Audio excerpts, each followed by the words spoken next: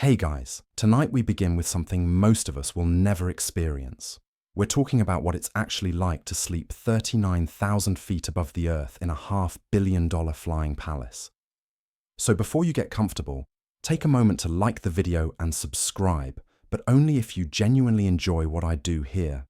And let me know in the comments where you're tuning in from and what time it is. It's always fascinating to see who's joining us from around the world at different hours. Now, dim the lights, maybe turn on a fan for that soft background hum, and let's ease into tonight's journey together. You didn't just book a seat on this aircraft. You were invited, like being summoned to a floating kingdom where gravity becomes optional and your bedroom costs more than most people's houses. The invitation itself is a statement, embossed letterhead that whispers, "We've chosen you to experience what money can actually buy." Despite knowing you'll never own anything like this, you arrive at the private terminal anyway, slightly overdressed and definitely overwhelmed. The jet sits on the tarmac like a sleeping giant. Not intimidating, more like it's seen the curvature of the earth so many times it can't be bothered with dramatics anymore. You step through the cabin door, and immediately your assumptions about air travel disintegrate. This isn't transportation. It's architecture that happens to fly. Inside, attendants move like trained ballet dancers. They adjust lighting, fluff pillows, and somehow make you feel both welcomed and slightly underdressed at 39,000 feet. A few nod at you with the same expression one might reserve for a tourist who accidentally wandered into a royal wedding. Polite, but aware you don't quite belong. The owner greets you with that particular billionaire smile, the one that says, "Welcome aboard my flying mansion. I hope you enjoy yourself, and please don't touch anything that costs more than your car." You try to reply with equal sophistication, but mostly just nod too enthusiastically and wonder if there's a protocol for this. Around you, the ultra-elite of global society settle in. Tech moguls, oil barons, people who haven't looked at price tags since the Clinton administration. A pharmaceutical heiress walks by holding a crystal tumbler and the GDP of a small nation in her jewelry alone. No one's actually sleeping yet, but everyone's thinking about it intensely. You're guided to your sleeping quarters. It's not a seat that reclines. It's a bedroom, suspended in the sky, with Egyptian cotton sheets and a mattress that probably costs more than most people's annual salaries. You sit on the edge, trying to look like someone who's done this before. You haven't, but you're committed to the performance now. The air smells of leather, champagne, and the kind of money that doesn't need to announce itself. Someone plays soft jazz in the background, tastefully, like elevator music for the stratosphere. Everyone's waiting for that moment when the engines spool up, and this impossible machine defies physics once again. It hasn't happened yet, but it will. It always does. One of the flight attendants walks by carrying a pillow that's probably worth more than your monthly rent. You pretend not to stare, and just like that, you realize this isn't just about sleeping in luxury. It's about entering a world where the impossible becomes Tuesday afternoon. Let's be clear, you don't just walk onto a $500 million aircraft. This isn't Southwest where you show up with a boarding pass and hope someone saved you a middle seat. No, this is an invitation-only experience where your net worth matters more than your personality. Fortunately, the ultra-wealthy don't really have personalities anyway, just portfolios and suspiciously flexible moral boundaries. You don't make the guest list because someone likes your Instagram content. You make it because someone could use your connections, or at least count on you not to live stream the interior on TikTok. Take a look around. That hedge fund manager in the corner? He moved $3 billion this morning and 3 governments last week. He's seated next to a defense contractor whose last public statement got classified for national security reasons. Across from them is an ambassador's daughter who technically shouldn't be here at all, but rumor has it she's engaged to someone who owns half of Kazakhstan. Or was it Uzbekistan?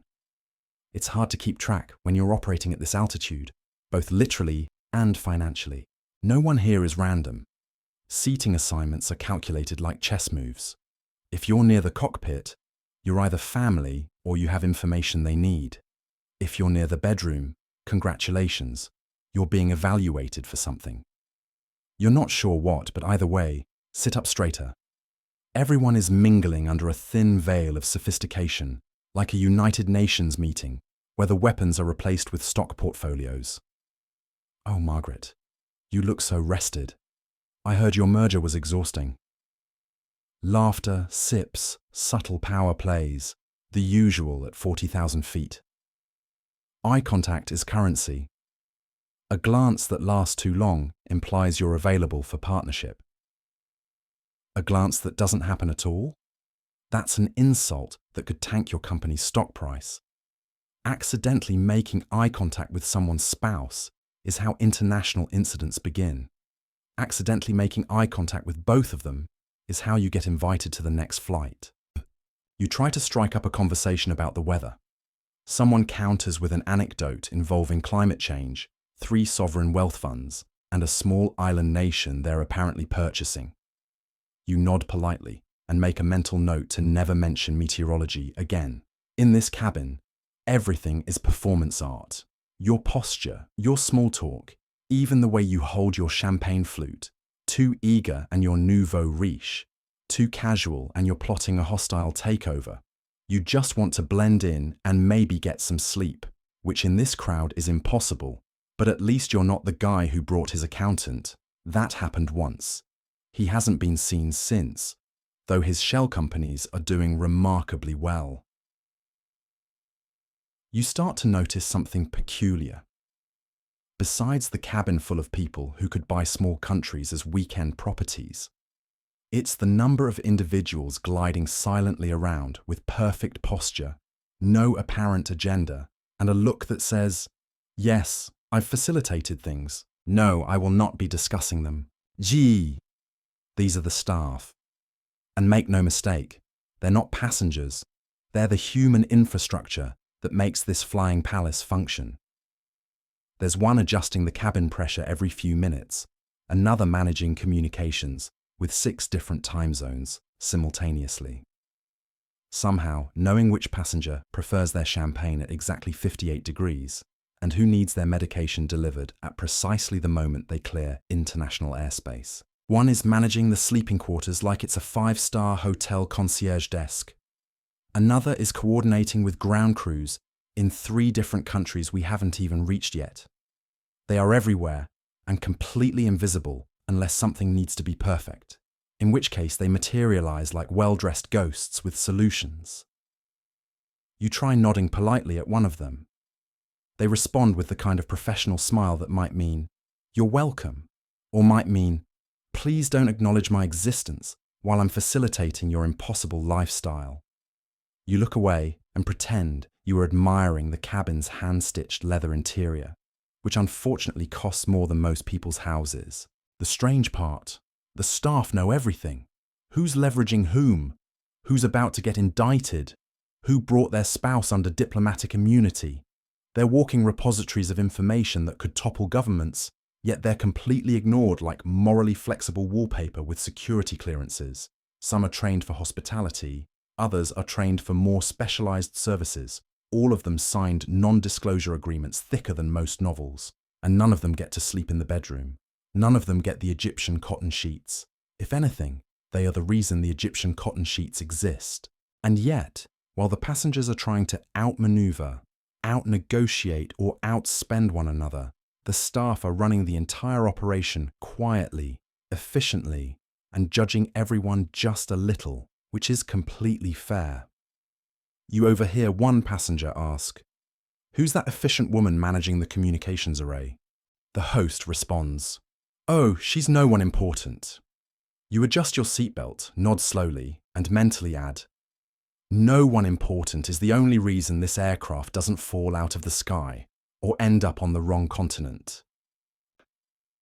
You raise your champagne glass toward the nearest staff member. They don't acknowledge you, but you swear for half a second their expression softens.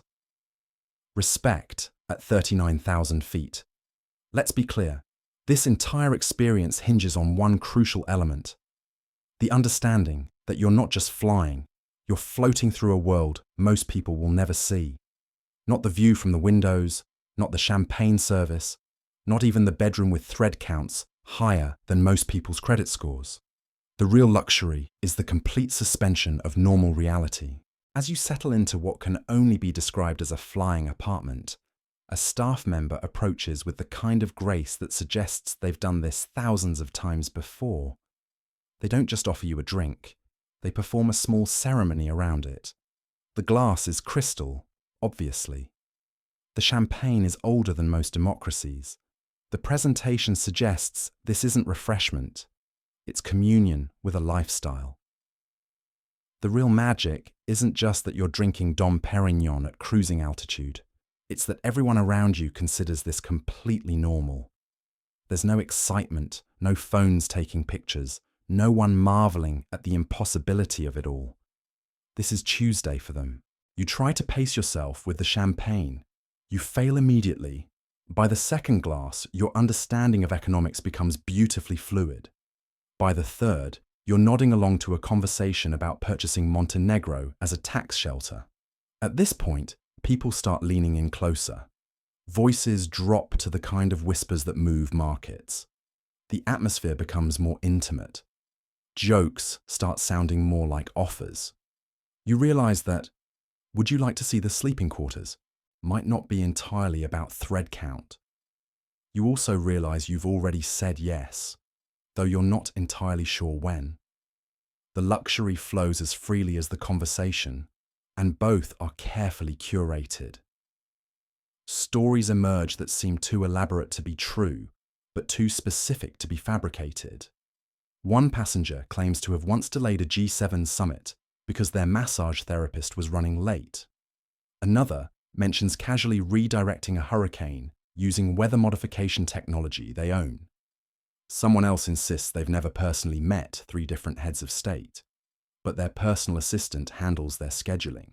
Everyone nods politely while mentally calculating which of these claims could be verified and which could be leveraged.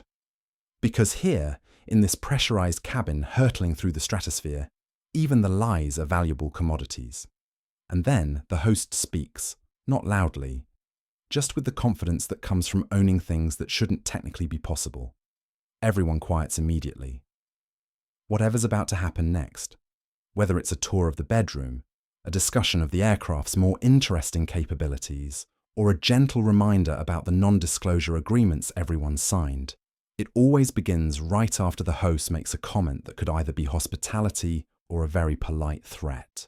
You adjust your champagne flute like you've experienced this before. You haven't, but you're fully committed to the performance now. One more glass, and you might just have the confidence to pretend you understand how international airspace works, or you'll fall asleep standing up in a $500 million aircraft. Either way, you're part of the experience now. By this point, you've accepted that this aircraft operates under its own set of physics, one of which seems to be that nothing can just be a bed. Every sleeping surface that's revealed looks like it came from a luxury hotel that doesn't officially exist. The mattresses appear to be crafted from materials that probably required international treaties to acquire. Sheets that whisper rather than rustle. Pillows that seem to have been blessed by whatever deity overseas thread counts above 4 digits. The main bedroom, because of course there's more than one, is larger than most studio apartments in Manhattan, and probably costs more too. The bed itself is a masterpiece of engineering and excess, designed not just for sleep, but for the kind of rest that only comes when you're completely insulated from the concerns of ordinary humanity by altitude, wealth, and Egyptian cotton. You're guided through what can only be described as a tour of sleeping options. There's the master suite, with its own bathroom that's larger than most people's entire bedrooms. The guest quarters that would qualify as luxury suites at any 5-star hotel. And the day rest area, which seems designed for the kind of napping that requires its own zip code. Each space is climate controlled to the degree, lit by systems that probably cost more than most people's cars, and furnished with pieces that belong in museums. Or maybe they were stolen from museums. At this altitude, both literally and financially, such distinctions become beautifully irrelevant. A staff member demonstrates the bed's features with the kind of reverence usually reserved for religious artifacts. The mattress adjusts to your body temperature, your sleep position, your stress levels, and probably your net worth. The pillows are filled with down from geese that lived better lives than most humans. The sheets have been woven by artisans whose families have been perfecting their craft for generations, and who definitely signed non-disclosure agreements about their clientele. But the real luxury isn't the thread count or the temperature control, or even the fact that you're sleeping in a bed that's currently traveling at 600 miles per hour through the stratosphere. The real luxury is the silence. Complete, perfect silence, broken only by the gentle hum of engines that cost more than most nations' defense budgets. As you settle into what might be the most expensive sleeping surface currently in motion on the planet, you realize this isn't just about rest. It's about entering a state of being where the normal rules of existence, gravity, economics, accountability, become as fluid as the champagne that's still flowing in the main cabin. You pull the covers up to your chin. They're weightless but somehow substantial, like being wrapped in liquid comfort. Outside the small window, the earth curves away beneath you, a reminder that you're not just sleeping above the world, you're sleeping above the entire concept of normal human experience. The last thing you remember before drifting off is the gentle vibration of the aircraft cutting through thin air, carrying you and a collection of the world's most powerful individuals toward whatever destination justifies this impossible machine. Tomorrow, you'll wake up on a different continent, in a different time zone, possibly in a different decade, given how completely this experience has warped your understanding of what's possible.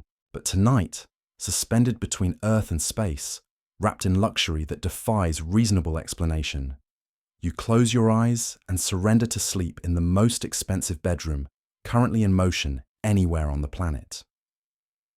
Sleep at 39,000 feet isn't just rest. It's a complete departure from the laws of physics, comfort, and rational thought.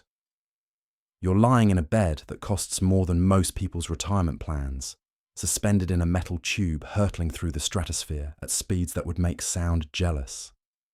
And somehow, impossibly, it's the most peaceful experience of your life. The first thing you notice is how quiet it becomes. Not silent, but wrapped in a kind of acoustic luxury that money apparently can buy. The engines aren't roaring, they're purring, a gentle, consistent hum that seems designed to lull billionaires into the kind of sleep that only comes when you're completely insulated from the concerns of gravity, turbulence, and the general public.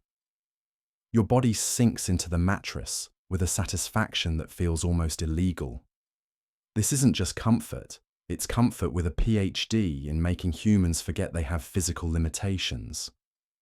Every pressure point disappears. Every tension you didn't even know you were carrying just melts away into thread counts that require their own insurance policies. The temperature adjusts automatically, not just to your preference but to your body's changing needs throughout different sleep cycles. It's like being monitored by a very expensive, very discreet guardian angel who majored in thermal dynamics and minored in hospitality management. Outside the window, if you peek through the blackout shades that probably cost more than most cars, you can see the curve of the earth below. Cities look like scattered jewelry. Mountain ranges become gentle wrinkles in fabric. Weather systems that would ground commercial flights are just interesting cloud formations to admire from above. But here's what's really disorienting. You start to forget you're moving. The aircraft is so stable, so perfectly engineered, that your brain begins to accept this as normal. You're not flying anymore. You're just existing in a space that happens to be relocating itself across continents while you sleep. The dreams that come are different too.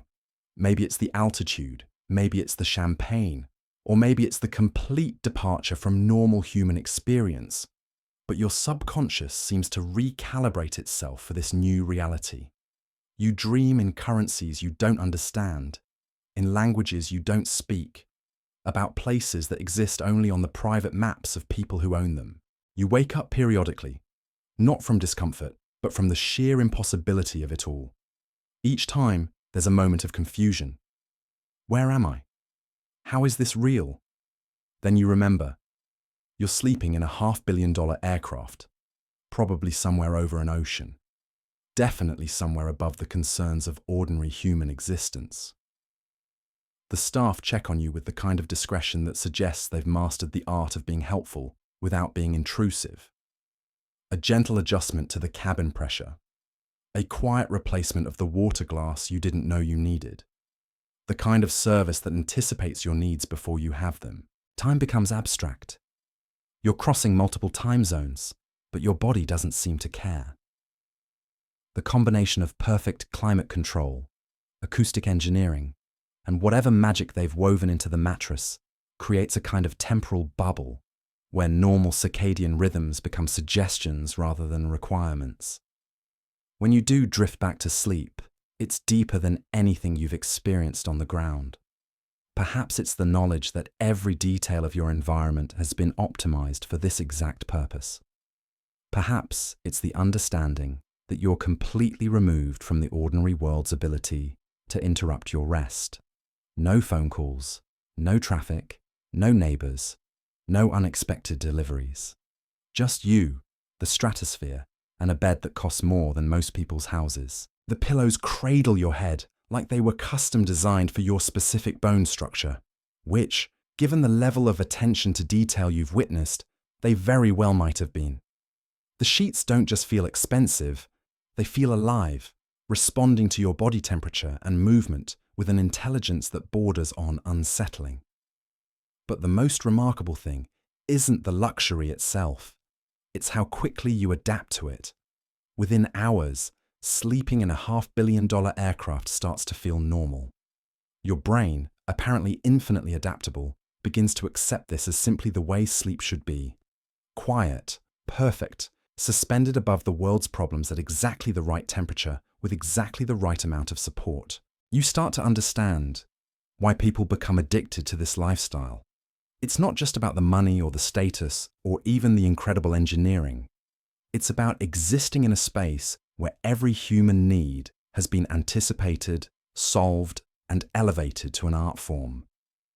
The aircraft itself becomes a cocoon, not just protecting you from the hostile environment outside, but creating an entirely new environment where the normal rules don't apply. Where comfort isn't just comfort, but a carefully orchestrated experience designed to make you forget that most humans sleep on surfaces that cost less than the pillowcases here. As the night progresses, you begin to lose track of distance and direction. The aircraft's navigation systems know exactly where you are, but from your perspective, wrapped in luxury that defies reasonable explanation, you could be anywhere or nowhere.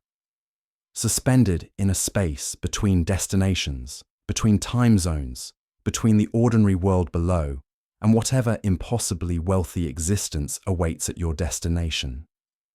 The gentle banking of the aircraft, as it adjusts course, doesn't wake you anymore. Your inner ear has apparently accepted that this level of smooth, controlled motion is the new normal. You're not just sleeping through turbulence, you're sleeping through the complete redefinition of what human comfort can be. When morning approaches, whenever morning decides to approach, given your current relationship with time and geography, you realize something profound has shifted. You're not just well rested, you're transformed. You've experienced sleep as a luxury service, delivered by a machine that costs more than some countries' annual budgets, staffed by people who've elevated hospitality to a science, and designed by engineers who apparently don't believe in the concept of good enough. The wake-up process is as carefully orchestrated as everything else. Light gradually increases, temperature subtly adjusts, and somewhere in the distance, you can smell what might be the most expensive coffee currently brewing at 39,000 feet.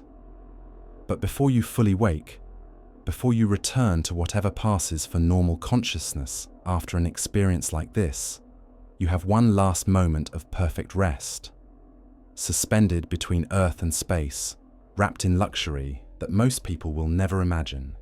carried by a machine that represents the absolute pinnacle of human engineering and excess. You're not just sleeping in a bed. You're sleeping in a statement, a $500 million declaration that comfort has no upper limit, that luxury is only constrained by imagination and budget, and that sometimes, just sometimes, the impossible becomes as simple as closing your eyes and drifting off to sleep while traveling faster than most people will ever move, higher than most people will ever go, in comfort that most people will never experience. The gentle vibration that lulled you to sleep hours ago begins to shift. Subtle changes in engine pitch and cabin pressure that your unconscious mind registers before you're fully awake. This isn't turbulence. Turbulence is for commercial flights. This is the carefully choreographed dance of a $500 million aircraft preparing to transition from cruise to descent, managed by pilots who probably earn more than most CEOs, and definitely have more interesting stories. You drift back to consciousness gradually, not jarred awake by overhead announcements or crying babies or someone reclining into your knees.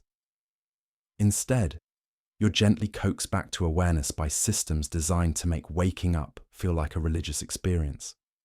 The cabin lighting hasn't just been turned on.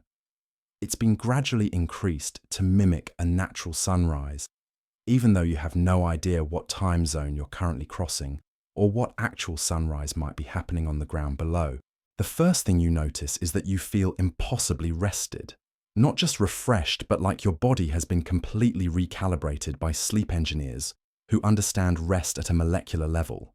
Your spine feels aligned in ways that suggest the mattress has been making micro-adjustments all night. Your neck doesn't have that familiar travel crick. Even your hair seems to have cooperated with gravity in ways that defy the laws of aircraft cabin pressure. A staff member appears with the kind of timing that suggests they've been monitoring your sleep cycles through methods you'd rather not think about too closely.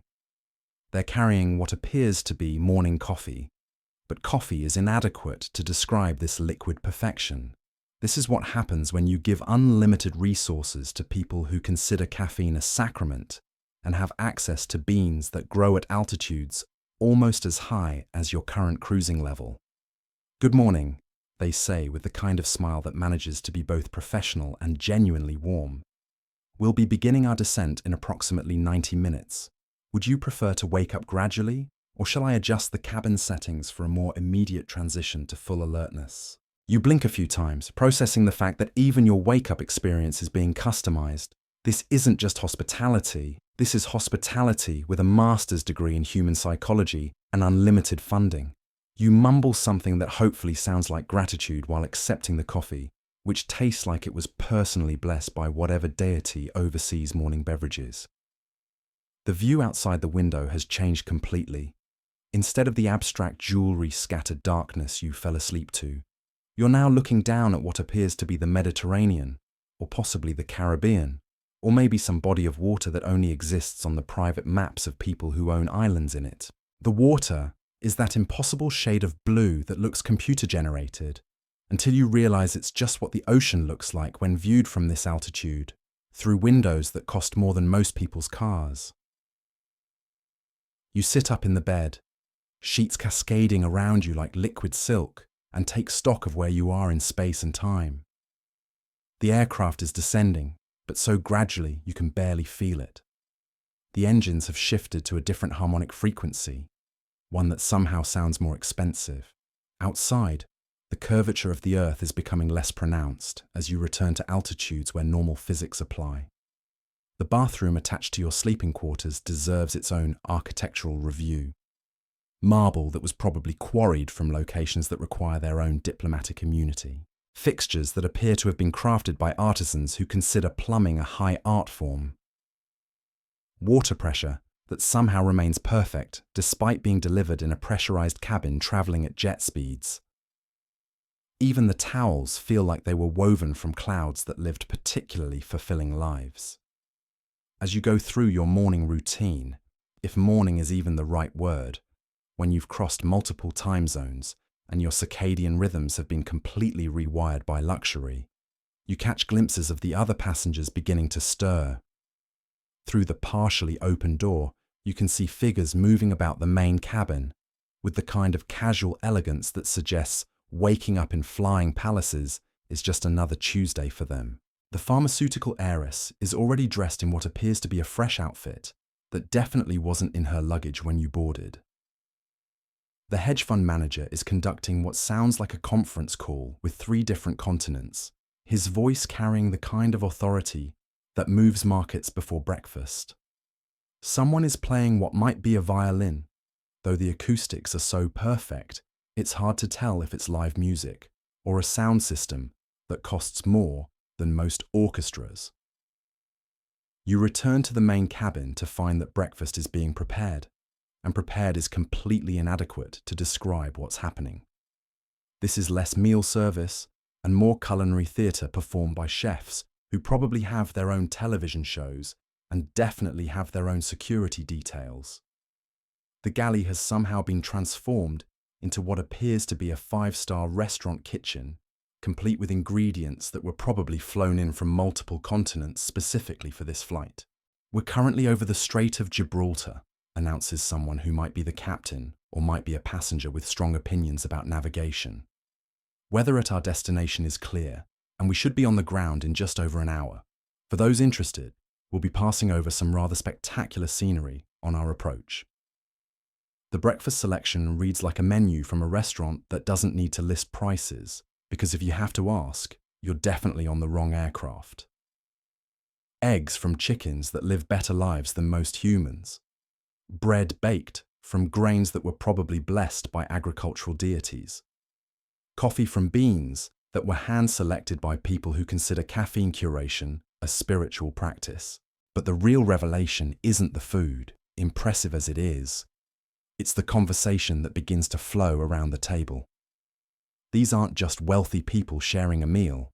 They're power brokers, conducting the kind of business that shapes continents over fresh fruit and artisanal pastries. A casual comment about rare earth minerals somehow becomes a discussion about infrastructure development in 3 African nations. Someone's observation about the weather patterns below transforms into what sounds like preliminary negotiations for a climate modification project. You sip your impossibly perfect coffee and try to follow conversations that jump between currencies, time zones, and what appear to be several different legal systems. The hedge fund manager mentions something about repositioning assets before the announcement, which could refer to anything from stock movements to actual military maneuvers. The ambassador's daughter discusses her recent visit to a country that might not officially exist, at least not on any maps available to the general public. The aircraft begins its final descent, and even this is orchestrated with the kind of precision that suggests the pilots consider landing a form of performance art. No sudden drops, no uncomfortable ear pressure, no anxiety about whether the landing gear will actually deploy. Just a gradual, controlled return to the altitude where normal humans exist, managed by people who make aviation look like a gentle suggestion rather than a constant battle with physics. Looking out the window, you can see your destination approaching. It's not a commercial airport with its crowds and chaos and vaguely hostile TSA agents. It's a private terminal that looks more like a luxury resort than a transportation hub, surrounded by other aircraft that probably cost more collectively than some nation's GDP. Palm trees wave in what appears to be a carefully controlled breeze. Buildings gleam in sunlight that seems more golden than regular sunlight, though that might just be the effects of looking at everything through windows that cost more than most people's houses. The landing itself is so smooth you barely notice it's happened until you feel the subtle shift of the aircraft transitioning from flight to ground operations. No jarring impact, no squealing brakes, no applause from relieved passengers. Just the gentle sensation of returning to Earth, delivered by pilots who apparently consider the laws of physics more like guidelines than absolute requirements. As the aircraft taxis toward the terminal, you realize this experience is about to end, but somehow you know it's changed something fundamental about your understanding of what's possible. You've not just slept in a bed that costs more than most people's retirement funds, you've existed, however briefly, in a world where comfort has no upper limit, where luxury is constrained only by imagination and engineering capability, and where the impossible becomes as routine as morning coffee, the staff begin preparing for departure with the same quiet efficiency they've displayed throughout the flight. Personal items are gathered, final beverages are offered, and discreet arrangements are made for whatever comes next in the lives of people who consider half-billion-dollar aircraft just another form of transportation. But before you disembark, before you return to whatever passes for normal life after an experience like this, you take one last look around the cabin that's been your world for the past 12 hours. The leather still gleams, the crystal still sparkles, and the impossibly perfect mattress is already being prepared for the next passenger, who will discover what sleep feels like when money is no object and comfort is elevated to an art form. You step off the aircraft onto tarmac that's been swept cleaner than most people's kitchen floors, and immediately understand that even the ground operations here exist in a different universe from normal travel. There are no jet bridges, no crowds, no fluorescent-lit corridors that smell like industrial disinfectant and broken dreams. Instead, there's a red carpet that probably costs more per square foot than most people's rent, and staff members who greet you like you've just descended from Mount Olympus rather than a pressurized metal tube. The private terminal building ahead looks like someone crossed a 5-star resort with a space station and gave the architects unlimited budgets and flexible relationships with building codes. Glass walls reveal interiors that seem to glow from within, and you can already see other passengers from your flight being whisked away in vehicles that definitely don't appear in any consumer automotive magazines. But here's what hits you as your feet touch solid ground. You're different now, not just well-rested, not just pampered, but fundamentally altered by spending 12 hours in a world where physics, economics, and human limitations became negotiable concepts. Your body remembers what perfect sleep feels like. Your taste buds have been recalibrated by coffee that probably violated several international trade agreements. Your understanding of what constitutes normal comfort has been permanently expanded beyond repair. A customs official approaches, but this isn't the surly government employee you're expecting. This person moves with the kind of diplomatic grace that suggests they've been specifically trained to process passengers whose travel documents might include things like diplomatic immunity, corporate sovereignty, or legal status in countries that don't officially exist. They glance at your passport with the expression of someone who's seen enough interesting paperwork to write several thriller novels, stamp it with a flourish, and welcome you to wherever you've just arrived, with the kind of smile that suggests your arrival has just made their entire week more interesting. The pharmaceutical heiress glides past in what appears to be a vehicle that's part limousine, part armoured personnel carrier, and part mobile office. The hedge fund manager is already on his phone, presumably moving money between continents, while his luggage is loaded into what looks like a small convoy. Someone who might have been the violin player earlier is being greeted by what appears to be an entire orchestra, though it's hard to tell if they're here for a performance or just really enthusiastic about classical music. You realize you're witnessing the dissolution of your temporary community. For 12 hours, you were all passengers together, sharing the same impossible experience, breathing the same perfectly climate-controlled air, sleeping in the same stratospheric luxury. Now you're returning to your separate universes, each probably more extraordinary than most people could imagine, but somehow diminished after what you've just experienced together. Your own transportation arrives, and it's clear that even the ground vehicles here operate under different rules. This isn't a taxi or an Uber or even a luxury car service. This is what happens when someone decides that the transition from aircraft to destination should maintain the same level of impossibility you've grown accustomed to. The interior smells like leather that's been personally blessed by Italian craftsmen, and the seats adjust to your body before you've even settled in completely. As you're driven away from the terminal, you catch a glimpse of your aircraft in the rearview mirror. It's already being prepared for its next journey, staff swarming over it with the kind of attention usually reserved for space shuttles or religious artifacts. Fuel trucks approach that probably contain petroleum products, more refined than most people's skincare routines. New supplies are being loaded, each item probably worth more than most people's monthly salaries. The landscape outside your window doesn't look like any destination you've ever seen. Palm trees sway with mathematical precision. Buildings gleam in sunlight that seems to have been personally optimized by solar engineers. Even the roads appear to have been constructed with materials that make ordinary asphalt look like medieval cobblestones. This isn't just a place, it's a destination that exists primarily for people who consider $500 million aircraft reasonable transportation options. Your driver makes conversation with the kind of professional discretion that suggests they've transported passengers who might own small countries or large portions of the global economy. They point out landmarks that definitely don't appear in tourist guidebooks, reference facilities that probably require security clearances to visit, and mention amenities that sound like they were designed by people who consider normal luxury insufficient for their basic needs. The weather's been perfect, they mention casually, though I understand there might be some adjustments to the atmospheric conditions later this week. You nod politely while wondering if they're discussing meteorology or some kind of climate modification project that operates beyond the scope of normal governmental oversight. As you arrive at what appears to be your destination, you begin to understand that the aircraft experience was just the beginning. This isn't a hotel or a resort, or even a private estate. This is what happens when unlimited resources meet unlimited imagination in a location where normal zoning laws probably don't apply.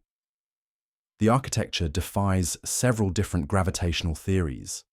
The landscaping appears to have been designed by people who consider botany a form of sculpture, and the staff-to-guest ratio suggests that your every need will be anticipated, fulfilled, and elevated to an art form before you even realize you have needs. But as impressive as your destination is, and as perfectly orchestrated as this entire experience has been, something feels different now.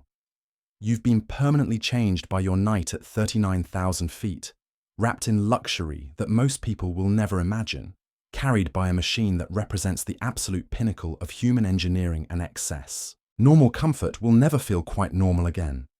Regular travel will seem like a quaint historical curiosity. Even five-star accommodations will feel somehow inadequate after sleeping in a bed that cost more than most people's retirement plans, while traveling faster than sound through the stratosphere. You thank your driver with the kind of graciousness you hope befits someone who's just experienced the impossible, collect your luggage that's been handled more carefully than most museum artifacts, and step into whatever comes next in a world where $500 million aircraft are just another Tuesday afternoon convenience. Behind you, somewhere in the distance, engines spool up as your aircraft prepares for its next journey. Another group of passengers will soon discover what sleep feels like when money is no object, and comfort is elevated beyond the realm of normal human experience. The cycle continues, this flying palace moving between destinations that exist primarily for people who've transcended ordinary limitations of wealth, comfort, and possibility. But you're different now. You've slept above the world, literally and figuratively. You've existed, however briefly, in a space where the impossible becomes routine, where luxury has no upper limit, and where human comfort can be engineered to levels that border on the supernatural. The memory of those Egyptian cotton sheets will haunt your regular bedding forever. The recollection of that perfect silence, broken only by the gentle hum of engines that cost more than some nations' defense budgets, will make normal nighttime sounds seem impossibly crude. The taste of that morning coffee, prepared by people who consider caffeine a sacrament and have access to resources that most people can't imagine, will render your local coffee shop tragically inadequate. You've been initiated into a world that most people don't know exists, carried by a machine that represents the absolute zenith of human achievement in making the impossible comfortable, fast, and impossibly luxurious. The experience has ended, but its effects will last forever, a permanent alteration to your understanding of what human beings can accomplish when resources, imagination, and engineering excellence converge at 39,000 feet above the ordinary world. As you settle into your new surroundings, whatever they may be, you carry with you the knowledge that somewhere above you, another $500 million aircraft is cutting through thin air, carrying another collection of the world's most powerful individuals toward destinations that exist beyond the scope of normal human experience. The sky isn't just full of planes anymore. It's full of possibilities that most people will never even dream about, staffed by people who've elevated hospitality to a science, and powered by engines that make the impossible seem as simple as closing your eyes and drifting off to sleep, while the world curves away beneath you. The experience has changed you forever.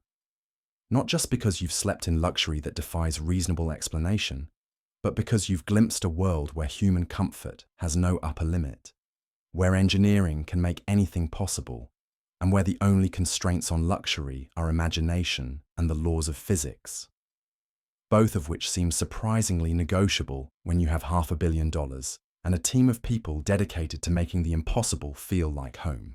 You may never fly in an aircraft like that again, but you'll never forget what it felt like to sleep suspended between Earth and space, wrapped in comfort that most people will never experience, carried by a machine that represents humanity's most successful attempt to make the sky feel like the most luxurious bedroom ever conceived.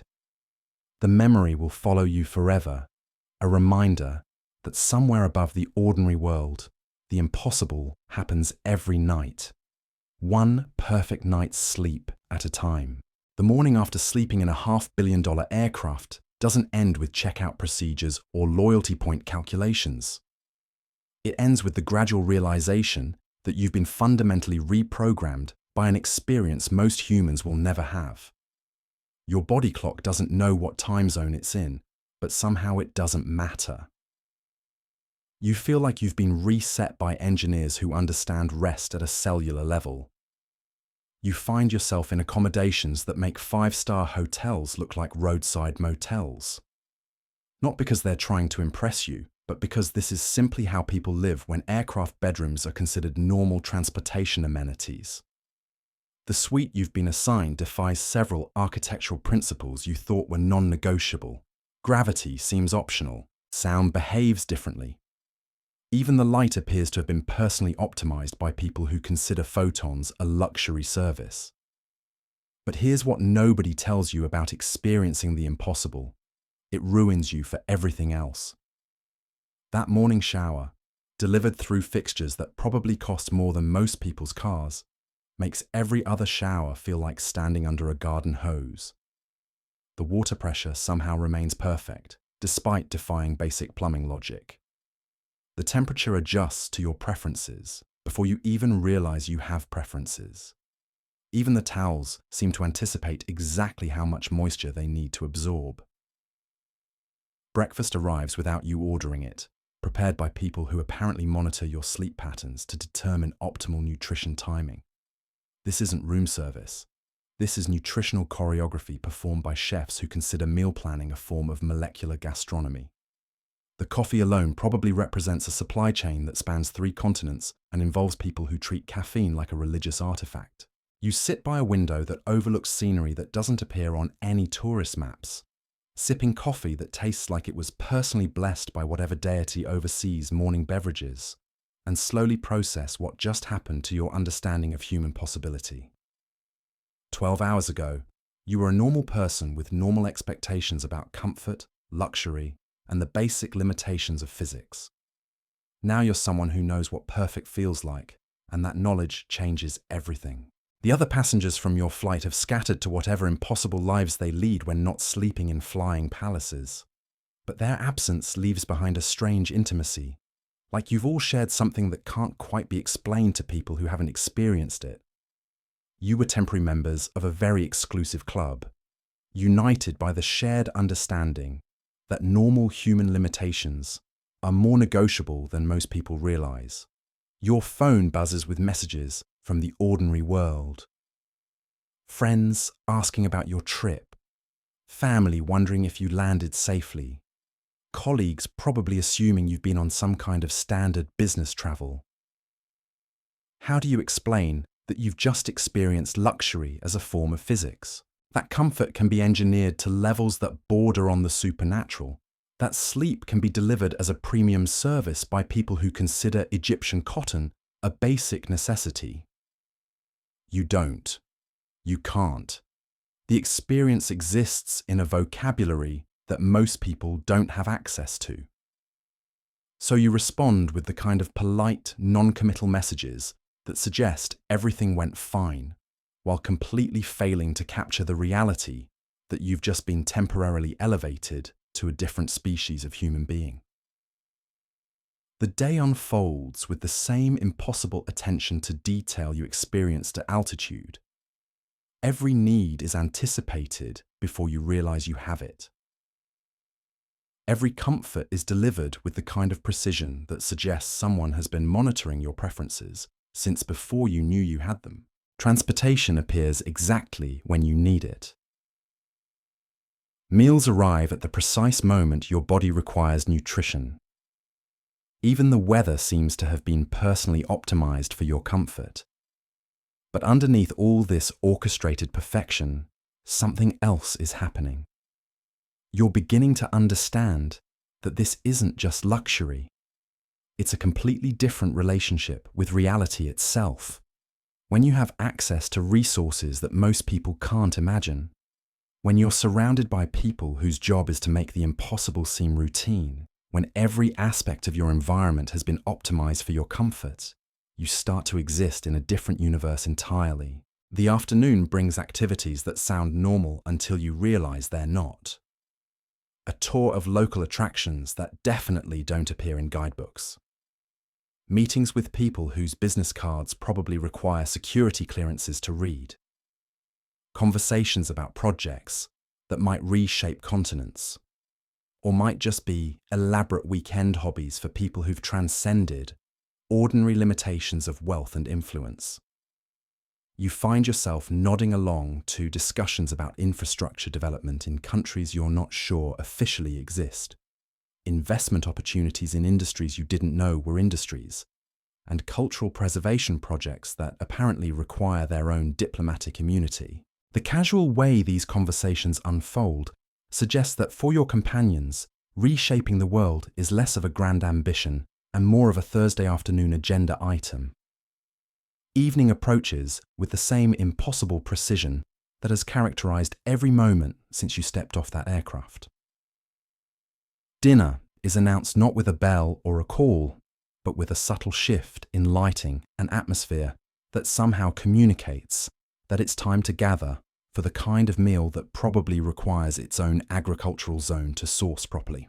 The dining experience unfolds like a symphony composed by people who understand flavor at a molecular level. Each course arrives with its own backstory, its own supply chain narrative, its own explanation of why this particular combination of ingredients required coordination between multiple continents and several different climatic zones.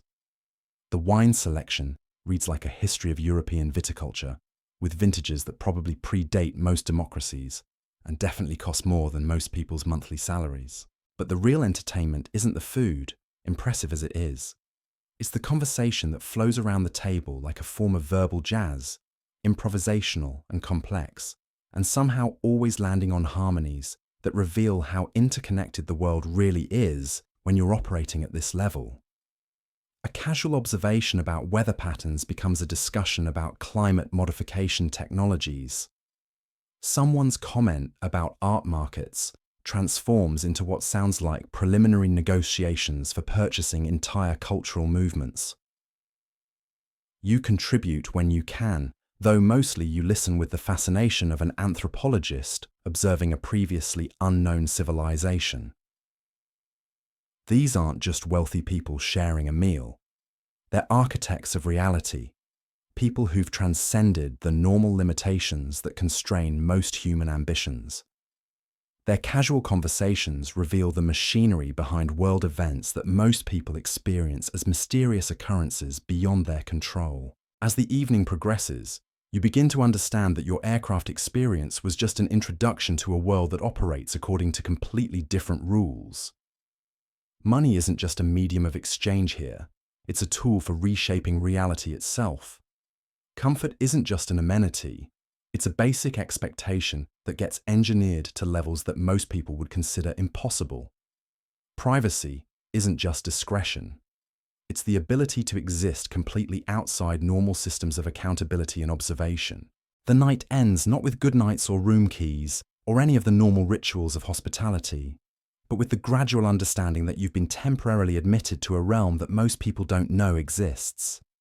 Tomorrow you'll return to whatever constitutes normal life for someone who's just experienced the impossible, but you'll carry with you the knowledge that somewhere above the ordinary world, people are sleeping in beds that cost more than most houses while traveling faster than most people will ever move. Your own sleeping arrangements, impressive as they are, feel somehow diminished after last night's stratospheric luxury.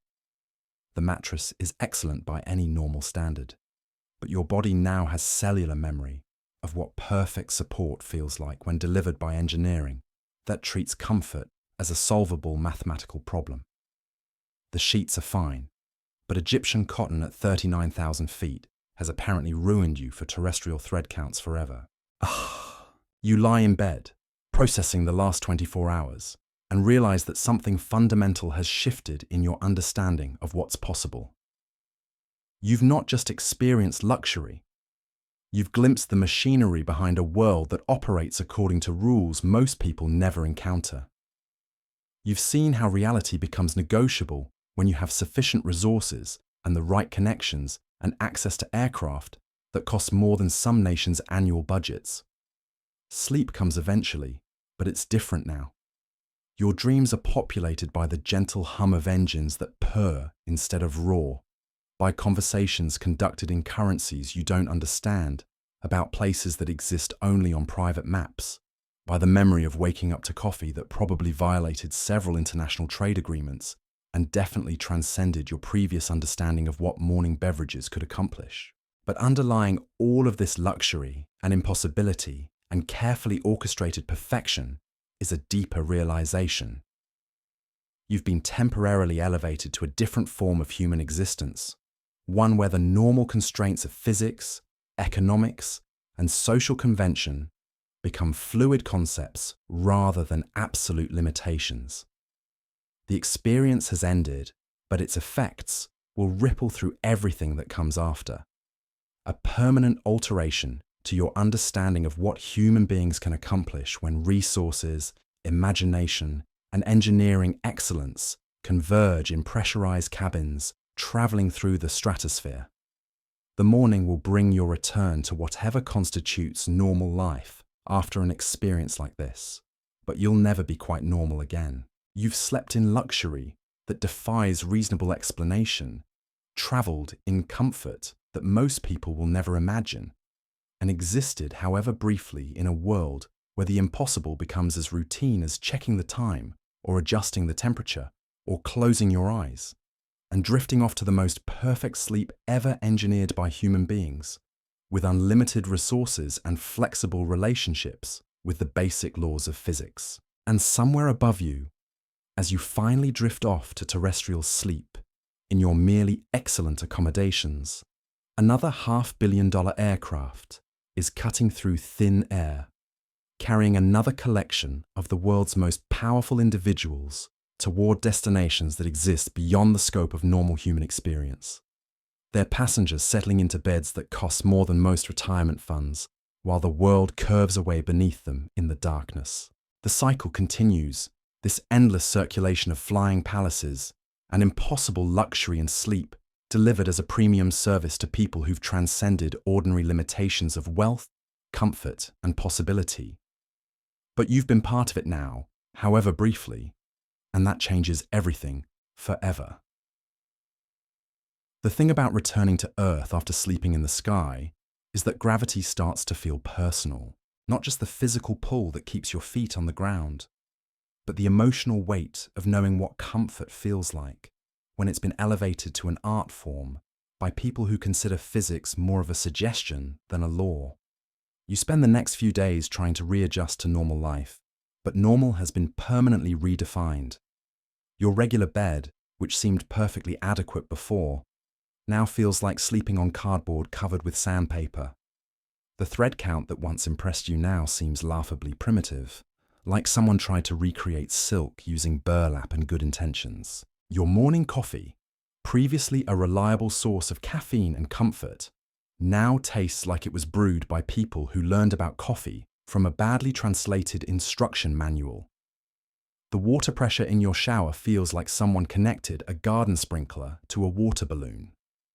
Even your favorite restaurant, the one you used to consider the height of culinary sophistication, now serves food that tastes like it was prepared by talented amateurs working with grocery store ingredients. But it's not just the physical comforts that have been ruined forever. It's your entire understanding of what human beings can accomplish when resources meet imagination. You find yourself looking at ordinary problems differently, wondering why solutions can't be as elegant and comprehensive as what you experienced at 39,000 feet. Traffic jams become particularly absurd. You sit in your car, inching forward at speeds that would embarrass a determined tortoise, and remember traveling at 600 miles per hour while sleeping more comfortably than most people sleep in their own homes.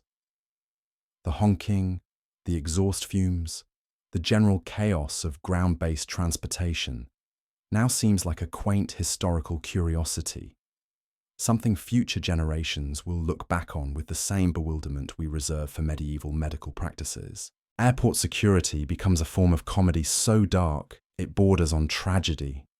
You stand in lines that snake through fluorescent-lit corridors that smell like industrial disinfectant and broken dreams, removing your shoes for inspection by people who seem personally offended by the existence of footwear, and remember walking across tarmac so clean you could have performed surgery on it toward an aircraft where the biggest security concern was whether the champagne had been properly chilled. Commercial flights become exercises in anthropological observation. You wedge yourself into seats designed by people who apparently believe human knees are optional, surrounded by passengers who've accepted discomfort as the natural price of transportation, and try not to think about beds suspended in the stratosphere where sleep was delivered as a luxury service by engineers who treated comfort like a solvable mathematical equation. The conversations around you take on a different quality too. People complain about delayed flights, overpriced airport food, and baggage fees with the kind of resignation that suggests they've accepted these indignities as unavoidable features of modern travel. You nod sympathetically while remembering discussions conducted over breakfast that probably cost more than their annual salaries, where continental infrastructure was planned between courses of fruit that had been flown in from multiple hemispheres specifically for that morning's meal. But here's what nobody warns you about: the loneliness of impossible experiences. You can't really talk about what happened without sounding either insane or insufferably pretentious. How do you explain to friends that you've discovered comfort has no upper limit? That luxury isn't just about expensive things, but about the complete suspension of ordinary human limitations. That sleep can be engineered to levels that border on the supernatural by people who treat Egyptian cotton like a basic human right. You don't. You can't. The experience exists in a vocabulary that most people don't have access to, described in concepts that sound like science fiction until you've lived them. So you smile and nod when people ask about your trip, offering the kind of polite generalities that suggest everything was nice, while completely failing to convey that you've been temporarily elevated to a different species of human existence. Work becomes particularly surreal. You sit in meetings about budget constraints and resource allocation, listening to colleagues debate whether the office can afford better coffee or more comfortable chairs, and remember environments where every detail had been optimized by people who considered normal luxury insufficient for basic human needs. The conference room feels cramped and poorly lit. The air conditioning makes noise instead of simply maintaining perfect temperature through invisible engineering. Even the water cooler seems primitive, dispensing liquid that hasn't been purified through processes that probably require their own diplomatic immunity. Your colleagues discuss quarterly projections and market fluctuations with the kind of intensity that suggests these numbers represent the absolute pinnacle of financial complexity. You contribute appropriately while remembering conversations where someone's casual observation about weather patterns somehow became preliminary negotiations for climate modification projects that operate beyond the scope of normal governmental oversight. The commute home becomes a daily reminder of terrestrial limitations. You sit in traffic that moves with the efficiency of continental drift, surrounded by vehicles that burn fossil fuels to transport single passengers at speeds that wouldn't impress a determined jogger, and remember traveling faster than sound while sleeping in comfort that most people will never experience. The pollution, the noise, the general inefficiency of ground-based transportation now seems like evidence that most of humanity is still working with Stone Age technology wrapped in modern packaging. Grocery shopping transforms into an exercise in comparative luxury studies. You walk through aisles of mass-produced food items, reading labels that list ingredients you can't pronounce, and remember meals where each component had its own supply chain narrative involving multiple continents and several different climatic zones. The produce section, once a source of reasonably fresh vegetables, now offers selections that seem tragically limited compared to ingredients that were probably harvested by people who treat agriculture like performance art. Even entertainment feels different now. Movies about wealth and luxury seem quaint and understated. They're depictions of opulence limited by screenwriters who've never experienced resources that make normal excess look like frugal living. Television shows about powerful people conducting important business feel like children playing dress-up.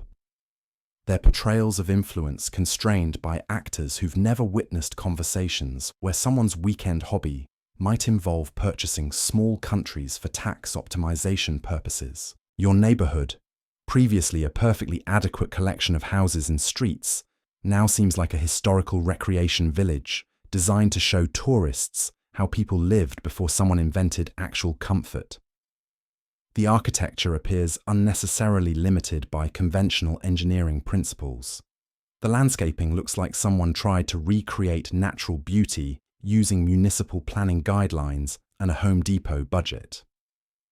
But perhaps most disorienting is the gradual realization that this experience has changed not just your understanding of luxury, but your entire relationship with possibility itself. You've seen what happens when human ingenuity meets unlimited resources in pressurized environments traveling through the stratosphere. You've witnessed engineering that treats physics like a collaborative partner rather than an obstacle to overcome. You've experienced service delivered by people who've elevated anticipating human needs to something approaching telepathy. This knowledge follows you everywhere, a permanent alteration to your baseline expectations about what human beings can accomplish. Traffic lights that don't optimize flow patterns in real time seem unnecessarily primitive. Buildings that don't adjust their internal climate to individual preferences feel oddly static. Even modern technology, impressive as it might be, seems constrained by designers who haven't fully grasped that normal limitations are more negotiable than most people realize. You find yourself mentally redesigning everything you encounter, wondering why solutions can't be as elegant and comprehensive as what you experienced in that flying palace. Why can't hotels anticipate your preferences before you realize you have them? Why can't restaurants source ingredients with the kind of global coordination that makes meals feel like international diplomatic achievements? Why can't transportation systems operate with the smooth efficiency of aircraft that make traveling faster than sound feel like floating through clouds made of silk and possibility?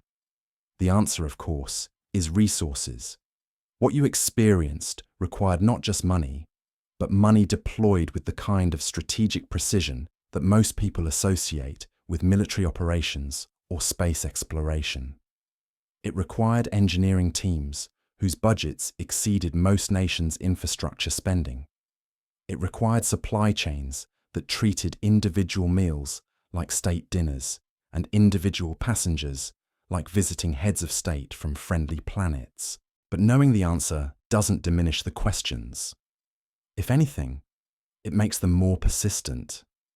You've seen proof that human comfort has no upper limit, that luxury can be engineered to levels that most people would consider impossible, that the only real constraints on possibility are imagination and resources.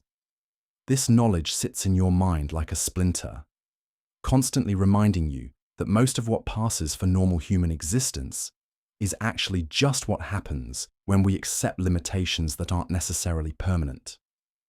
Your dreams become populated by memories of perfect silence, broken only by the gentle hum of engines that purr instead of roar, by conversations conducted in currencies you still don't understand about places that continue to exist only on private maps, by the cellular memory of waking up to coffee that somehow managed to transcend your previous understanding of what morning beverages could accomplish through chemistry and international coordination.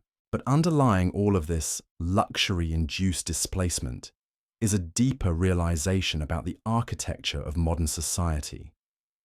You've glimpsed the machinery behind a world that operates according to rules most people never encounter, where normal constraints become fluid concepts rather than absolute limitations. You've seen how reality itself becomes negotiable when you have sufficient resources and the right connections and access to aircraft that represent the absolute pinnacle of human engineering achievement. The experience has ended, but its effects continue to ripple through everything that comes after. You're not just someone who once slept in a $500 million aircraft anymore. You're someone who knows what perfect feels like, and that knowledge changes how you interact with every imperfect thing you encounter for the rest of your life. Sometimes you catch yourself looking up at the sky, watching commercial aircraft lumber across the horizon with their cramped cabins and uncomfortable seats and general acceptance of discomfort as the natural price of defying gravity. You know that somewhere above those ordinary flights, invisible to radar and operating under different rules entirely, other flying palaces are cutting through thin air with passengers who've transcended normal limitations of wealth, comfort, and possibility. The knowledge that such places exist, that such experiences are happening right now, while most people accept traffic jams and airport security and uncomfortable sleep as unavoidable features of modern life, creates a kind of beautiful melancholy. You've been temporarily admitted to a realm that most people don't know exists, and now you carry that secret like a form of benevolent burden, aware of possibilities that most people will never imagine. But perhaps that's the real gift of impossible experiences, not just the temporary elevation to different forms of human existence, but the permanent expansion of your understanding about what human beings can accomplish when we refuse to accept normal limitations as permanent features of reality. You've slept suspended between earth and space, wrapped in comfort that defied reasonable explanation, carried by engineering that treated the impossible like a routine Tuesday afternoon project. The memory follows you everywhere now, a reminder that somewhere above the ordinary world, people are still discovering what perfect sleep feels like when delivered by teams of engineers who consider Egyptian cotton a basic necessity and acoustic perfection a solvable technical challenge. The experience has ended, but the possibility it represents continues forever. Proof that human comfort has no upper limit, and human ingenuity has barely begun to explore what becomes possible when resources meet imagination in pressurized cabins traveling through the stratosphere.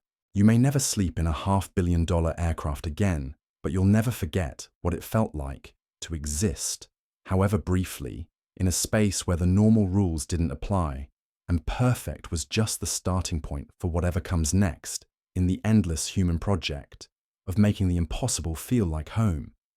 And that knowledge, that permanent alteration to your understanding of what's possible, might be the most valuable thing you brought back from your night above the clouds. Not just the memory of luxury that most people will never experience, but the proof that limitations are more negotiable than most people realize, and that somewhere above us, right now, the impossible is happening one perfect night's sleep at a time. The strangest part about returning from a $500 million aircraft isn't the withdrawal from luxury. It's the way ordinary sounds become unbearably crude. Your dishwasher, which used to hum pleasantly in the background, now sounds like a construction site operated by people who've never heard of noise pollution. Your refrigerator doesn't just cycle on and off anymore, it announces each mechanical decision with the subtlety of a freight train having an existential crisis. Your car, previously a reliable source of transportation, now feels like sitting inside a tin can filled with angry wasps. The engine doesn't purr, it complains. The air conditioning doesn't whisper cool relief, it wheezes like an asthmatic dragon. Even the radio, tuned to stations that once provided adequate background entertainment, now delivers audio quality that sounds like someone wrapped decent music in aluminum foil and transmitted it through a tunnel filled with cotton balls. But it's not just mechanical sounds that have been ruined forever. Human conversation takes on a different quality when you've spent time around people who speak in currencies most governments don't recognize. Your co-workers discuss weekend plans with the same enthusiasm they once reserved for quarterly reports, completely unaware that somewhere above their heads, other humans are planning weekend activities that might involve purchasing weather patterns or relocating mountain ranges for aesthetic reasons. The grocery store checkout beeping becomes particularly offensive. Each electronic chirp represents a transaction so mundane it borders on tragic, especially when you remember environments where financial exchanges were conducted through glances and nods between people whose pocket change could fund small space programs. The fluorescent lighting doesn't just illuminate produce anymore. It assaults your retinas with the aggressive efficiency of interrogation equipment designed by people who've never encountered the concept of atmospheric ambience. Your local coffee shop, once a reliable source of morning caffeine, now serves beverages that taste like someone tried to recreate liquid happiness using burnt water and the vague memory of beans that might have once lived near a coffee plant. The barista, previously friendly and competent, now seems like someone performing an elaborate pantomime of coffee preparation without actually understanding what coffee is supposed to accomplish when properly deployed by people who treat caffeine like a precision pharmaceutical. Restaurant conversations around you become exercises in comparative economics. People debate whether to order appetizers with the kind of financial anxiety that suggests they've never witnessed meals where the cost of individual courses could fund entire agricultural regions. Their concerns about wine prices seem quaint when you remember sommelier presentations that included vintage histories spanning multiple continental wars and several changes in international monetary systems. Your apartment, previously a perfectly adequate living space, now feels like camping indoors. The heating system doesn't anticipate your comfort preferences. It simply blasts warm air with the strategic precision of someone throwing thermal energy at problems and hoping for the best. The lighting doesn't adjust to your circadian rhythms. It just illuminates spaces with the same intensity, regardless of whether you're trying to read technical documents or drift into restorative sleep cycles optimized by people who understand rest at a molecular level. Even your bed, which once provided adequate rest, now seems like sleeping on a surface designed by people who'd heard about mattresses from a distance, but never actually experienced what proper spinal alignment feels like when delivered through engineering that treats comfort like advanced mathematics.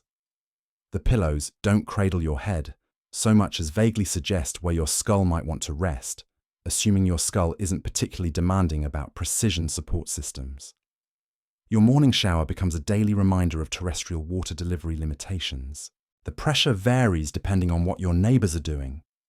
The temperature fluctuates like someone's conducting thermal experiments. And the entire experience feels like washing yourself with liquid disappointment, dispensed through plumbing designed by people who considered consistent water flow an unrealistic expectation. But perhaps most disorienting is how other people seem perfectly content with these limitations.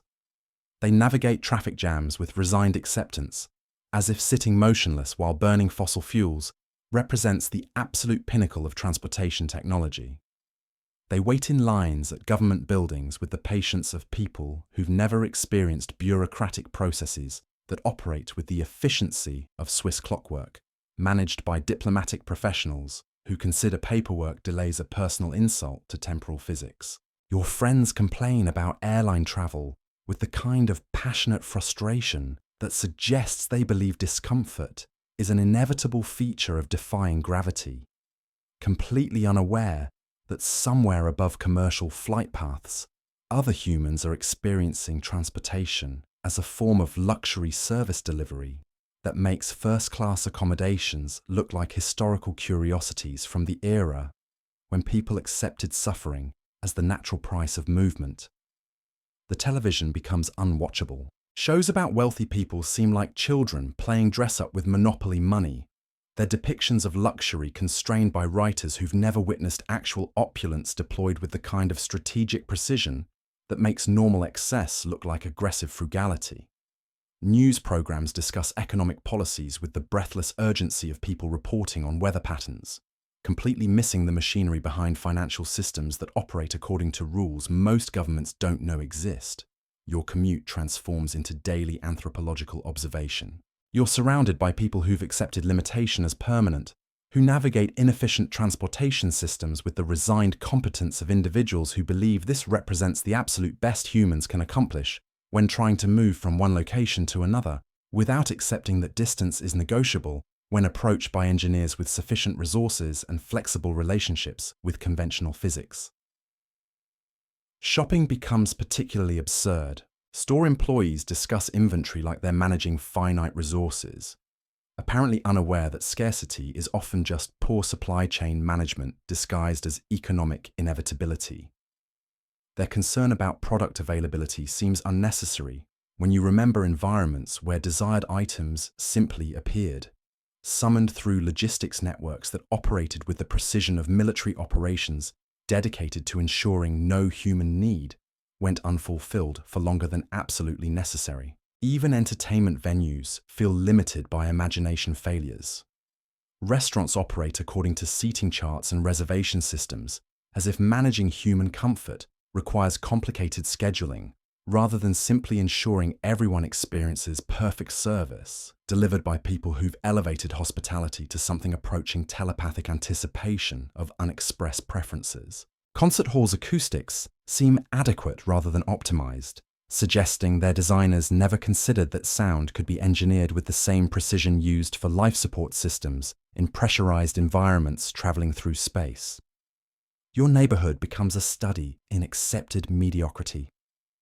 Houses conform to building codes that apparently assume humans will accept architectural limitations rather than demanding structures that respond dynamically to changing environmental conditions and personal comfort preferences. Street lighting illuminates public spaces with the efficiency of people who believe visibility is binary rather than a continuously adjustable spectrum that could be optimized in real time based on pedestrian traffic patterns and aesthetic requirements. The local park, previously a pleasant green space, now seems like someone's attempt to recreate natural beauty using municipal planning guidelines and landscaping principles developed by people who'd never experienced environments where every plant had been selected through botanical curation processes that treated gardens like living art installations designed to optimize both visual pleasure and atmospheric composition.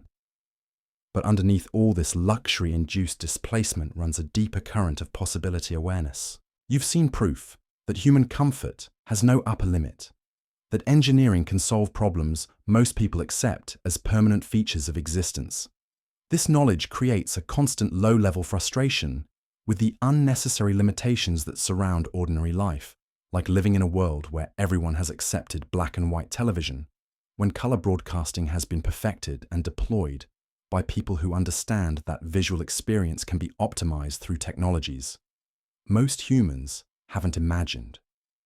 Your perspective on problem solving has been permanently altered.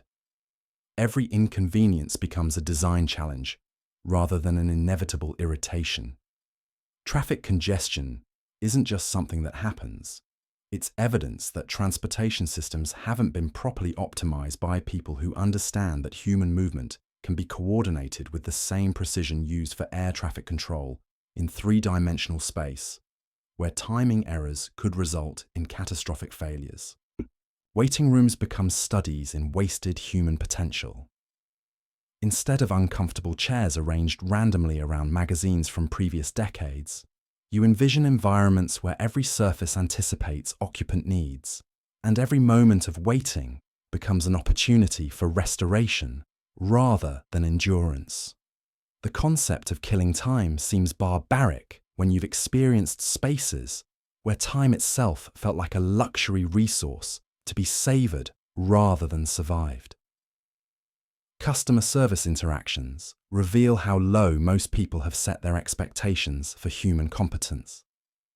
Representatives apologize for limitations that seem entirely solvable through better training, superior technology, and organizational structures designed by people who understand that helping humans accomplish their goals efficiently represents the minimum acceptable standard for professional interaction rather than an aspirational achievement.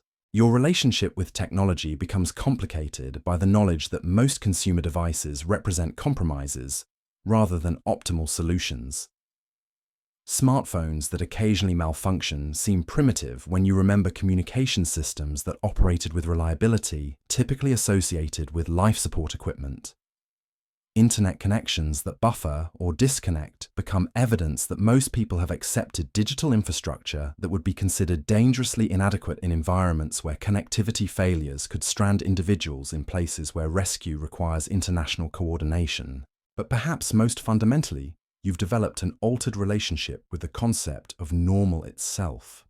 What most people consider standard human experience now seems like an elaborate form of voluntary limitation, as if everyone has agreed to pretend that comfort, efficiency, and beauty are luxury options rather than basic requirements for environments designed to support human flourishing at optimal levels. This knowledge follows you through every mundane interaction, creating a kind of benevolent impatience with unnecessary suffering, disguised as inevitable reality.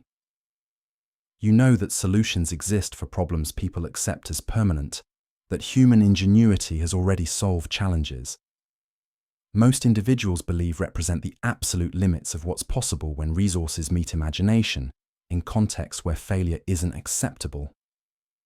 The experience has created a permanent expansion of your possibility framework, a cellular understanding that limitations are often just resource allocation decisions made by people who haven't fully grasped what becomes achievable when normal constraints are treated as design challenges rather than immutable laws. You've lived temporarily in a space where the impossible became routine, and that experience refuses to fade into pleasant memory. Instead, it persists as active knowledge, constantly comparing ordinary reality to engineered perfection, and finding ordinary reality inexplicably limited by choices that seem unnecessary when viewed from the perspective of someone who's experienced what humans can accomplish, when we refuse to accept good enough as the final answer to questions about comfort, efficiency, and the basic requirements for optimal existence. And so you navigate this ordinary world with the quiet awareness that somewhere above you, right now, other humans are experiencing reality optimized to levels that most people would consider impossible. Proof that the gap between normal and perfect isn't nearly as large as most people assume when they accept limitation as permanent, rather than recognizing it as a temporary obstacle awaiting sufficient resources and strategic imagination. The strangest realization comes months later, when you're standing in line at the DMV, surrounded by fluorescent lighting that buzzes like dying insects and air that smells like bureaucratic despair mixed with industrial disinfectant. The woman ahead of you is arguing with a clerk about paperwork that apparently requires 3 additional forms, 2 more photos, and possibly a blood sacrifice to the gods of governmental inefficiency. You watch this interaction unfold with the detached fascination of an anthropologist observing a cargo cult. These people have accepted that renewing a driver's license should take 4 hours, require multiple trips, and involve interactions with employees who seem personally offended by the existence of customers. They've normalized dysfunction to the point where a simple administrative task becomes an endurance test designed to break the human spirit. But you know better now. You've seen what happens when human systems are designed by people who understand that efficiency isn't optional, that comfort isn't a luxury, and that treating other humans with dignity represents the minimum acceptable standard, rather than an aspirational goal achieved only in expensive environments. The clerk finally processes the woman's paperwork with the enthusiasm of someone performing surgery on their own motivation. She takes her new license and walks away with the relieved expression of someone who's just survived a minor apocalypse. Next in line, you step forward and hand over your documents, already knowing this interaction will take exactly as long as it needs to take, no more, no less, because the system wasn't designed to optimize human experience.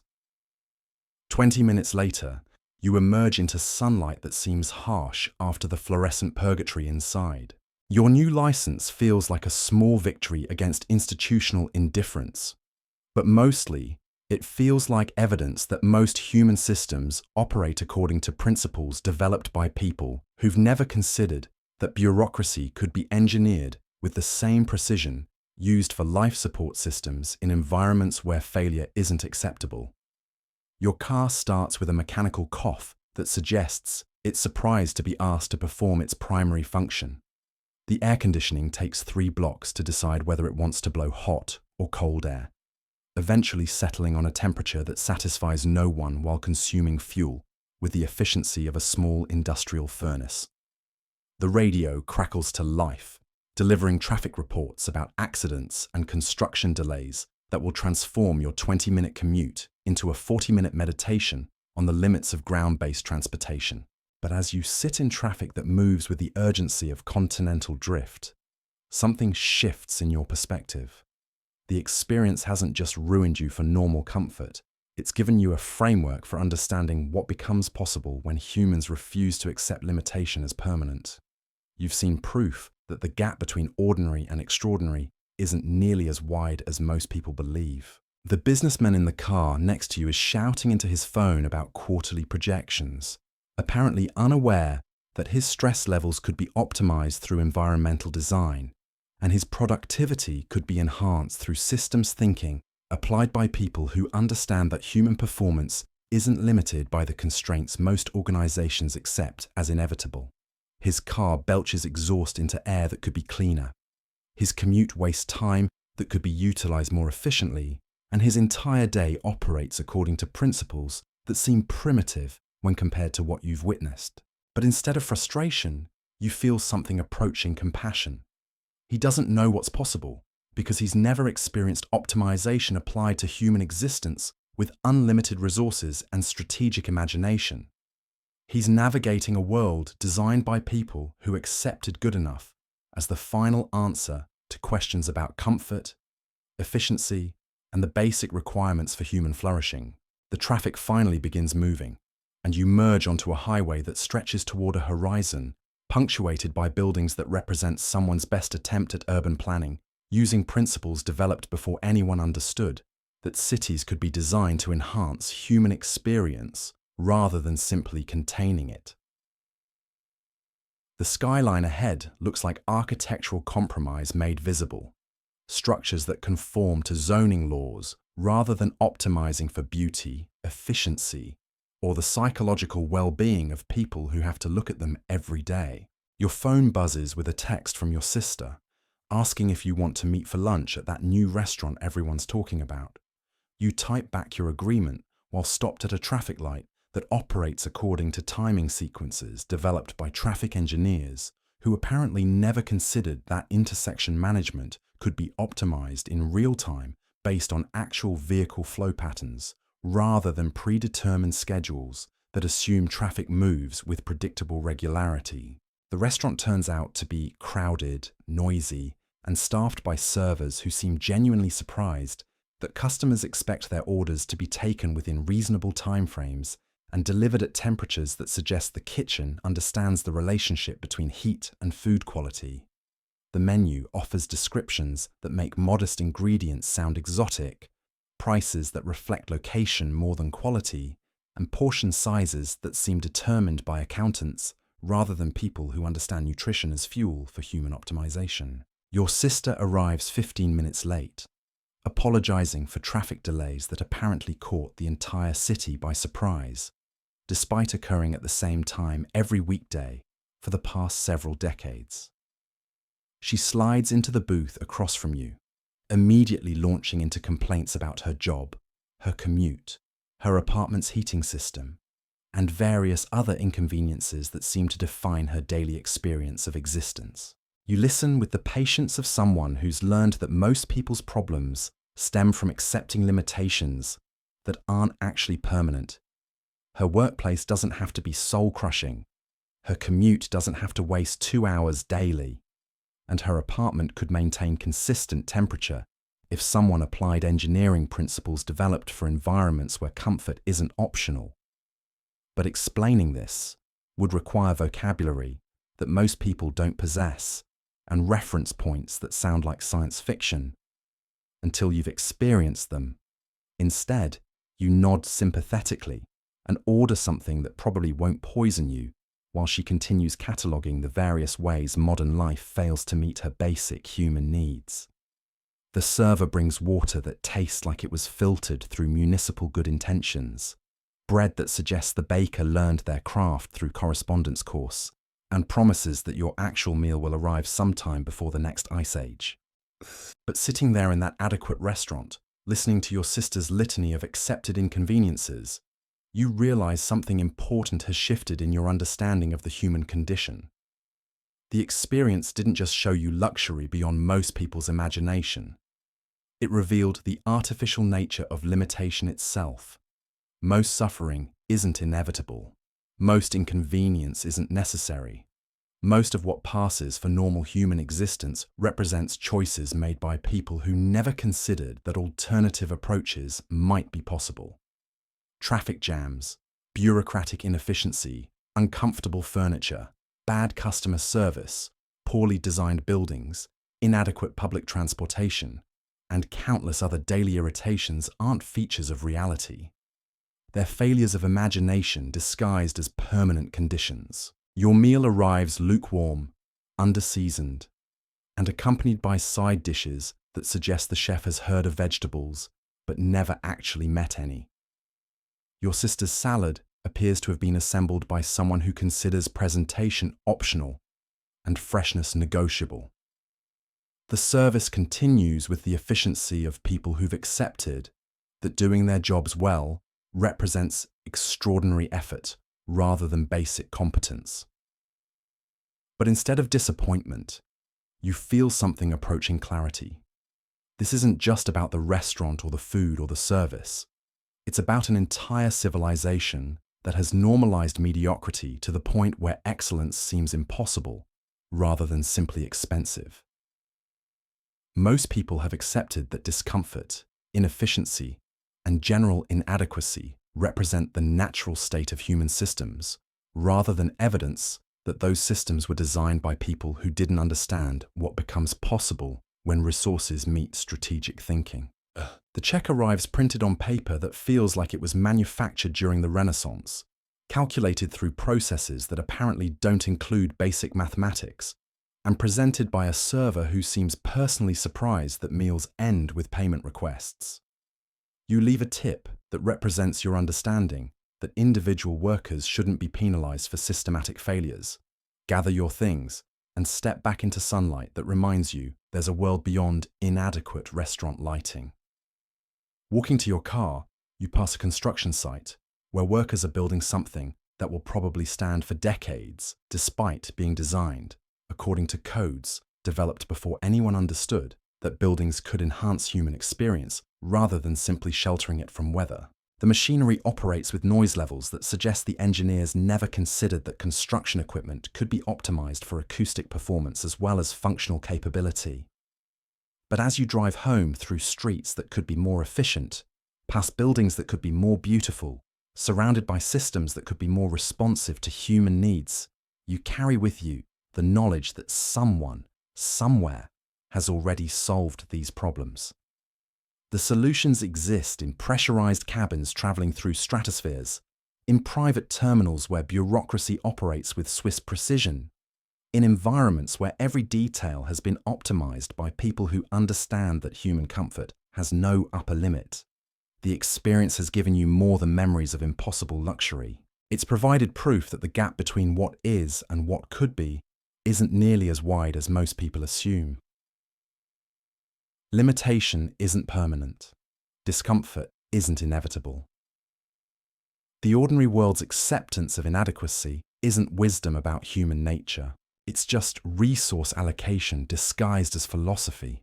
And that knowledge, that permanent expansion of your possibility framework, might be the most valuable thing you brought back from your night above the clouds. Not just the memory of sleeping in luxury most people will never experience, but the understanding that limitations are more negotiable than most people realize, and that somewhere above us, right now, the impossible continues to happen, one perfectly optimized moment at a time. Your house comes into view, modest and familiar, surrounded by a neighborhood that represents someone's best attempt at suburban planning, using principles developed before anyone understood that residential communities could be designed to enhance human connection, rather than simply organizing property ownership. You pull into your driveway, turn off an engine that's grateful to stop working, and step out into air that could be cleaner if transportation systems operated according to efficiency standards applied in environments where environmental quality isn't optional. But as you walk toward your front door, key in hand, you realize that this experience hasn't just changed your expectations about luxury. It's altered your fundamental relationship with possibility itself. You know now that the ordinary world's limitations aren't permanent features of reality. They're temporary obstacles awaiting sufficient resources and strategic imagination. And that knowledge follows you inside through your perfectly adequate front door into your acceptably comfortable living space, where you settle into furniture that could be better designed while surrounded by systems that could operate more efficiently, carrying with you the quiet certainty that someone, somewhere, has already figured out how to make all of this work the way it should. The impossibility you experienced wasn't just about money or luxury or sleeping in flying palaces. It was about what happens when human beings refuse to accept good enough as the final answer to questions about comfort, efficiency, and the basic requirements for optimal existence. And now you know that refusal is always an option, even if most people never realize they have the choice. That might be the real gift of impossible experiences. Not just the temporary elevation to different forms of human existence, but the permanent expansion of your understanding about what becomes possible when we stop accepting limitations as permanent and start treating them as design challenges awaiting better solutions. The memory of sleeping suspended between earth and space, wrapped in comfort that defied reasonable explanation, will fade eventually. But the knowledge that such experiences are possible, that human ingenuity has no upper limit, and that the impossible becomes routine when resources meet imagination in contexts where failure isn't acceptable, that knowledge is permanent. The real revelation comes not in the days after, but in the quiet moments weeks later when you catch yourself unconsciously redesigning the world around you. You're at a friend's dinner party, and instead of simply accepting the awkward seating arrangement and inadequate lighting, your mind automatically calculates how the space could flow better, how the acoustics could be optimized, how every guest could experience perfect comfort without anyone having to ask for it. Your friend apologizes for the cramped conditions, the noisy air conditioning, the fact that someone has to sit on a folding chair dragged in from the garage. Everyone nods and makes polite reassurances, accepting these inconveniences as inevitable features of hosting dinner for more than 4 people. But you find yourself thinking about aircraft cabins where 12 strangers became a perfectly orchestrated community, where space expanded to accommodate need, where no one ever had to compromise their comfort for someone else's convenience. The conversation flows around topics that once seemed important but now feel strangely provincial. Career anxieties, mortgage concerns, vacation plans that require months of savings and careful budgeting. Your friends discuss these limitations with the earnestness of people solving complex mathematical equations, completely unaware that the variables they're working with are largely artificial constructs, maintained by systems that never considered whether alternative approaches might be possible. Someone mentions their upcoming flight to visit family, immediately launching into complaints about airline fees, seat sizes, and security delays, with the weary expertise of someone who's accepted suffering as the inevitable price of crossing time zones. The group joins in with their own horror stories, creating a collective narrative that frames air travel as a form of voluntary torture that rational adults endure because no alternatives exist. You contribute appropriately to these conversations, while privately marveling at how completely your species has normalized inconvenience. These intelligent, capable people have built careers, raised families, and navigated complex social relationships, yet they've somehow convinced themselves that transportation must be uncomfortable, that bureaucracy must be inefficient, that most human systems operate at levels barely adequate for their intended purposes, because that's simply how things work. The dinner itself unfolds with the familiar choreography of domestic hospitality. Dishes are passed around a table too small for the number of guests. Conversations fragment across distances that make intimate discussion impossible, and your host spends most of the evening apologizing for various minor inadequacies that everyone politely insists don't matter. The food is perfectly acceptable, prepared with care and served with genuine warmth, but seasoned with the kind of stress that comes from trying to create perfection within systems designed for mediocrity. Your friend's apartment, like most residential spaces, represents architectural compromise made visible. Rooms sized according to construction budgets rather than human comfort requirements. Windows positioned for structural convenience rather than optimal natural light. Storage solutions that suggest the designers never actually lived in spaces they created. The heating system operates with the subtle efficiency of someone throwing thermal energy at problems and hoping for acceptable results. But sitting there among friends who've accepted these limitations as permanent features of adult existence, you realize something profound about the nature of possibility itself. The experience didn't just show you luxury beyond most people's comprehension. It revealed that the boundary between ordinary and extraordinary exists primarily in imagination, rather than physics or economics or any other supposedly immutable constraint. The evening winds down with the usual rituals of departure. Coats are retrieved from a bedroom where they've been piled on a bed, because no one considered that guest storage could be designed as carefully as everything else. Cars are moved from driveways where they've been parked with the strategic precision of people playing three-dimensional chess with vehicles. Plans are made for future gatherings using the same organizational principles that ensure each event will feature the same charming inadequacies as this one. Driving home through streets lit by municipal lighting systems that illuminate pavement with the efficiency of people who believe visibility is binary rather than a continuously adjustable spectrum, you carry with you a new understanding of human potential. Not the grandiose kind that fills motivational speeches, but the quiet recognition that most limitations are voluntary agreements maintained by people who've never seriously considered whether different approaches might work better. Your neighborhood materializes around you like a three-dimensional representation of accepted compromise. Houses conforming to zoning codes rather than optimizing for beauty or efficiency or psychological well-being. Lawns maintained according to suburban conventions rather than ecological principles or aesthetic vision. Streets designed for vehicle movement rather than human community or environmental harmony. Everything functional, nothing transcendent. All of it representing someone's decision that good enough was sufficient when better remained technically possible. But as you pull into your own driveway and turn off an engine that's grateful to stop working, you understand that the experience has given you something more valuable than memories of impossible luxury. It's provided a permanent recalibration of your possibility framework, a cellular understanding that limitations are often just resource allocation decisions made by people who never considered that alternative approaches might exist.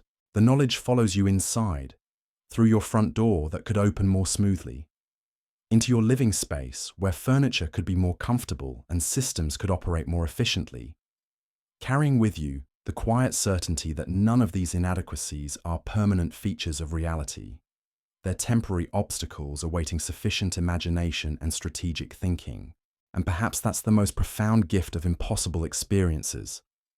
Not just the temporary elevation to different forms of human existence, but the permanent expansion of your understanding about what becomes possible when we stop accepting limitations as inevitable and start treating them as design challenges awaiting better solutions.